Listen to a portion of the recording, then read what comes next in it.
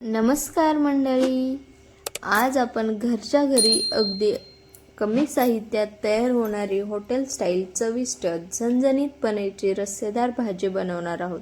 सगळ्यात आधी मी एका कढईमध्ये कांदा, टोमॅटो, लसूण आणि आलं हलकंसं सोनेरी रंग येईपर्यंत भाजून घेते। घरी येणाऱ्या पाहुण्यांसाठी ही एक सोपी आणि स्वादिष्ट रेसिपी आहे। आपलं मिश्रण हे आता सोनेरी रंग येईपर्यंत भाजून झालेलं आहे। आता त्याच कढईमध्ये थोडं तेल गरम करून पनीरचे तुकडे हलकेसे शॅलो फ्राय करून घेऊया। त्यामुळे पनीरला छान रंग येतो आणि त्याची चवही अधिक छान लागते। हे पनीर तुम्ही डीप फ्रायही करू शकता आणि लक्षात ठेवा, पनीर जास्त वेळ फ्राय करू नका, नाहीतर ते कडक होऊ शकतं। तुम्ही पनीर फ्राय करून वापरता की थेट ग्रेव्हीमध्ये घालता, हे मला नक्की कमेंट करून सांगा। असं हलकंसं फ्राय केलेलं पनीर ग्रेव्हीमध्ये घातलं की ते दिसायलाही छान वाटतं आणि खायलाही छान वाटतं। आता आपलं पनीर फ्राय करून झालेलं आहे।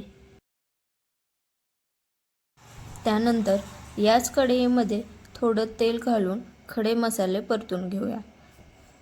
खडे मसाले सुरुवातीलाच तेलात परतल्याने त्यांचा सुगंध आणि फ्लेवर तेलात उतरतो, त्यामुळे भाजीची चव आणि सुगंध दोन्ही खूप छान येतात।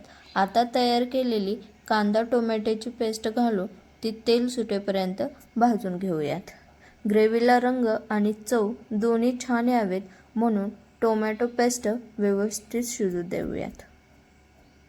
स्वयंपाकघरात स्वयंपाक करताना एक गोष्ट लक्षात ठेवायची, चव ही मसाल्यामुळे नाही येत, तर आपण तो मसाला किती वेळ शिजू देतो यावर त्या भाजीची चव अवलंबून असते। आता आपला मसाला शिजलेला आहे, त्यात आपण थोडंसं पाणी घालून आणखीन थोडा वेळ शिजू देऊयात।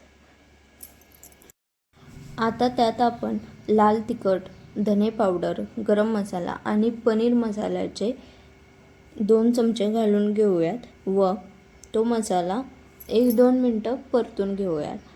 मसाला परतून घेतल्यानंतर त्यामध्ये चवीनुसार मीठ टाकून घेऊयात व फ्राय केलेले पनीरचे तुकडे घालूयात।